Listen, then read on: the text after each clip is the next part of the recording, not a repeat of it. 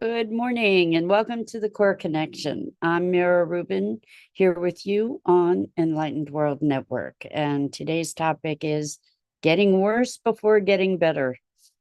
The healing process is one of undoing.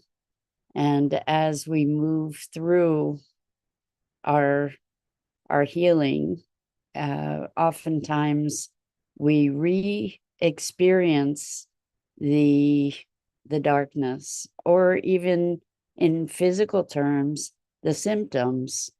And with emotional stuff, it can be sort of a tricky path to navigate, to recognize that we're re-experiencing things without diving into really recreating those things. So that's what we're going to talk about today. But before we get started, let's take a minute or two to get present. Let's take a deep breath in through your nose and hold it. And imagine clean, crisp oxygen flooding your lungs, flowing into your bloodstream, nourishing all your cells, all your organs, bringing vital life energy to your body and being. And as you exhale, exhale any tension, stress, negativity, fatigue. And now let's take another deep breath in through your nose and hold it. This time, imagine brilliant, bright light, lighting you up from the inside out, illuminating, electrifying, and energizing all your cells, your molecules, your electrons, creating a brilliant beam of light and energy from your heart out into the world. And as you exhale, exhale any remaining tension, stress, negativity, fatigue. And now let's press our palms together. Vigorously rub your hands together to feel the friction, the temperature, the pressure, the motion, the tickling and tingling when you stop. And allow all those sensations to bring you present right here, right now, into this remarkable physical form that enables us to experience life. Welcome, welcome, welcome. Good morning. Good morning, Rosalind, and good morning to everyone else who's joining us. So good to have you here with us. And we're talking about how things get worse before they get better, oftentimes. And one of the things that I speak about a lot in my practice is that if it's coming up to heal. And I had a conversation with a client about this yesterday. Excuse me. Where we were talking about these emotions and circumstances that sort of seem to come back around. I think we've all experienced that when something that we thought we had completed sort of rears its head again, and how it's never convenient. And sorry about that. It's never convenient, but and it's often uncomfortable. But if we can allow that it's coming up because we're ready to address it and heal it, that can help to shift our relationship to whatever this circumstance is that is arising. And so it's interesting. I've been in an experience of something for me coming up that was was long standing and really not present for the longest time. And so growing up, I had a deep, deep, deep sense. I'm sharing this so that, because I know I'm not the only one that experiences this. So maybe, me sharing it is just to be able to allow you to relate, and maybe it'll help you too. to move through. So growing up, I had a deep, deep, deep sense of failure, like as an identity. And it's fascinating to me that those feelings are arising again, like not just in memory, but feeling it deep in my body as something that wasn't dissolved yet, that there's all this body memory, I'll say, from my life that uh that never got completed. And so it's interesting. We talk about the spiral of healing and how we go through these processes and they keep getting revisited. And when we revisit them, we're revisiting them from a different place and a different space of evolution. And when these things arise, it really is an invitation to dissolve it, to address it, to complete it. And so what I can say about this is that it's been deeply uncomfortable to have this stuff from the past, these feelings from the past. Good morning, Nick. Welcome. Great to have you here with us. We're talking about how in our process of healing and evolving, we get to go through the darkness to get to the light. And it's just tremendous. It's tremendously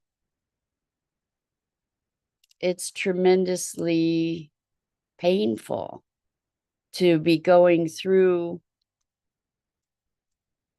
that stuff. And it's painful to go through it initially, to be living it as a fact, and then to be re-experiencing it from another dimension of awareness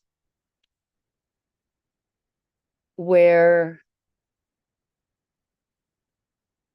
we can recognize that it's not that it's an old construct. And so even recognizing that it's an old construct, there's tremendous discomfort from those feelings, emotions, that energy that is asking to be released. One of the things that we do in the core connection process is a visualization, typically, where it's free association of whatever shows up and the emotions that are arising during that free association, and where that emotion is embodied, what the sensation of it is in our physical bodies. And I'm just going to share some of what showed up for me in allowing myself that visualization, which isn't really generally part of the work that I do on myself, but I think it probably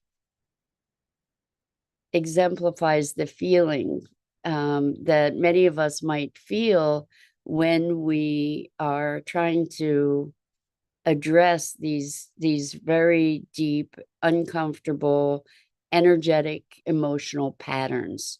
And they can be from a long time ago. This is from a long time ago.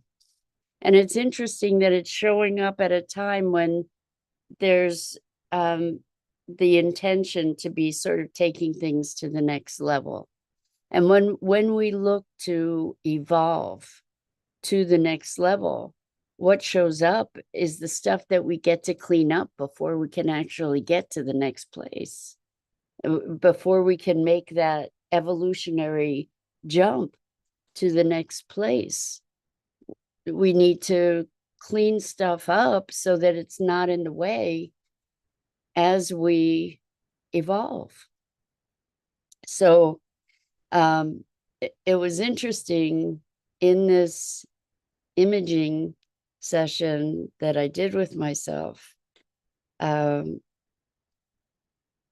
was this hole. It was like a vortex that was just pulling energy down into the earth. It was a hole in the ground. And I was holding on to the roots of a tree, but my body was being pulled into this hole.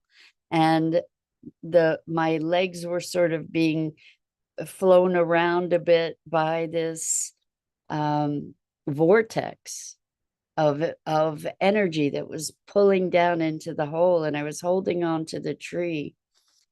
And if we think about that symbolism, what we get to do as we move through these very challenging emotions and patterning and programming from our past, often these programs aren't even our own. You know, they're laid upon us. This notion of failure was something that was reinforced over and over in so many ways. Holding on to the roots is holding on to the roots of ourselves, the core of our being, knowing our essence, and being true to that, even in this turbulence, even in this sort of windstorm that we might be experiencing, that wants to just suck us down into that darkness. And to be holding on to the roots, and also to be aware of that sensation. And what I noticed is that there was sensation in my throat and in my belly, and sort of a tightness in my core that just felt like a constriction, a contraction. And what happened in this visualization was that I managed somehow, holding on to the roots of the tree, to climb out of that hole, and then ended up climbing the tree and being on the highest branches of that tree. And again, the symbolism, it was what was coming from my other than conscious mind. I wasn't consciously constructing this. It was what was emerging. But the symbolism is symbolism that we can all relate to, I imagine, is pulling ourselves up from our roots and being in connection with that tree and climbing to its highest branches, so that, and seeing the vast expanse of the world from that higher vantage point, right? And so it's interesting, even with that visualization, this process for me is not yet complete. I still feel it in my body. I can still feel that energy moving and processing. And I can tell you, it's uncomfortable to allow ourselves to move through that discomfort, to allow the discomfort without falling into the story. Because the story is an illusion. It is a story, and it is a way that we condition ourselves to see things, hear things, conceptualize things experience things through a lens. And we talked about chaos the other day, and how in the process of growth and transformation, there is an undoing that is necessary before we can create a new foundation. That we need to allow things to fall apart before we can put them together in a way that is more stable, that is evolving. So there is a constant undoing and reforming and reemergence and regeneration. So there's change and growth and chaos, chaos and order, and chaos and order, and the unforming and reforming over and over. And so if we can allow ourselves to go through the discomfort and be supportive of ourselves in that process, to be willing in that process to have the discomfort and not make it mean something devastating, not make that discomfort be a bad thing, but to allow it, to allow ourselves to move through it, to allow ourselves to breathe into it, and not nurture the story that perpetuates it, not push back on the story. We can observe it, we can be aware of it, and in being aware of it, when we can identify it as story, it takes on a different tone. And we don't need to resist it. So this notion of failure and actually having taken it on as a beingness, as an identity. We've talked a lot about how if we take that on as an identity, if we take on failure as an identity, then what's necessary?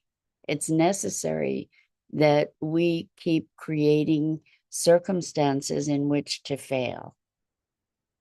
And the thing is, even though that's an unpleasant identity, it's an identity that we know.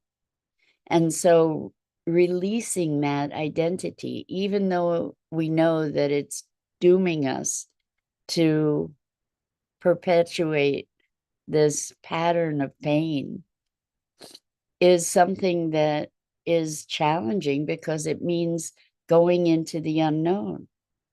If I'm not that which I knew, what am I? I'm an unknown.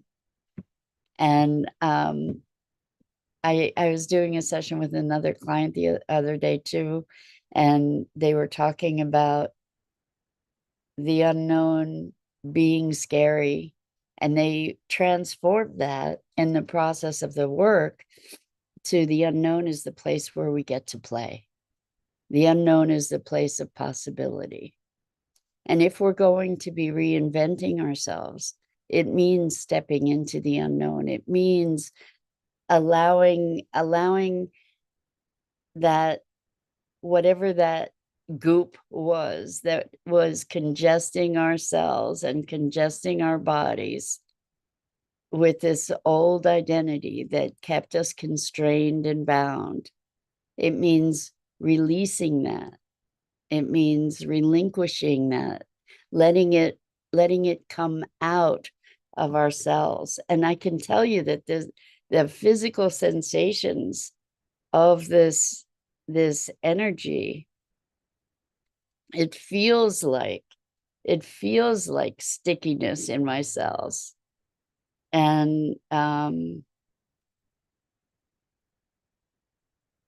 is I feel it moving, literally feeling, is having sensation, like physical sensations of this energy moving. And so if in the process of going through these transformations, rather than getting caught up in the drama, rather than getting caught up in the story, we have the opportunity to see the story as a story and to recognize that it's not who we are. And in fact, most often those stories aren't even stories of our own creation. And we didn't know, we didn't even realize that we took them on. Somehow we just thought that was truth because that's how it was being presented to us. We thought that's how it is. And so we received it and we lived into it as if it were so. And we have the ability to free ourselves from that. And it can be really uncomfortable, you know, to face the stories that we lived our lives through. And how, like, for instance, this, like, what's coming back for me is a lot of different instances where I lived into that identity of being a failure. And just watching them instead of identifying with them. I know that's available to all of us. So Rosalind says, perhaps they are seeds, good and bad, sprouting to the surface, picking out the weeds in the garden to create the beauty you want to see. I love that, Rosalind. Thank you for that. That's really beautiful. So yeah, seeds. I think having the experience of this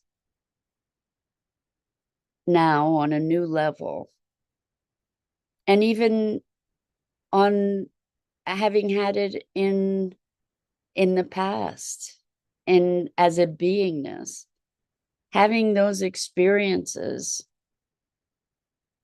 has served me to be able to better serve others, because I can relate. Like, I know what it is to have that experience. And so maybe that is how we tend the garden. And I love that analogy. I don't know if there are bad seeds, but maybe there are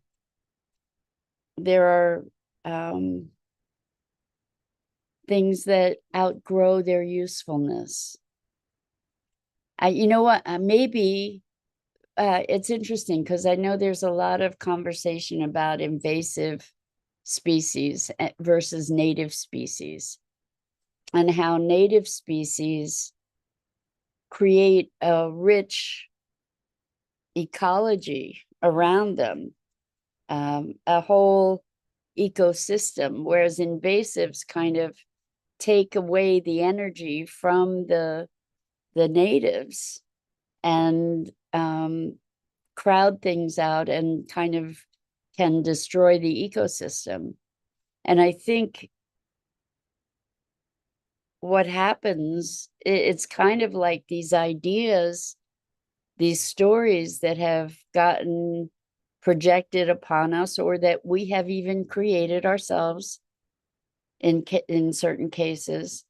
They're like an invasive, and they take up the whole terrain, and we get to root them out. And I'm loving this plant analogy because that's what it feels like, is rooting this out. It's funny that I was holding on to the roots of a tree, and that this tree was such an important part of my visualization, but it feels like uprooting.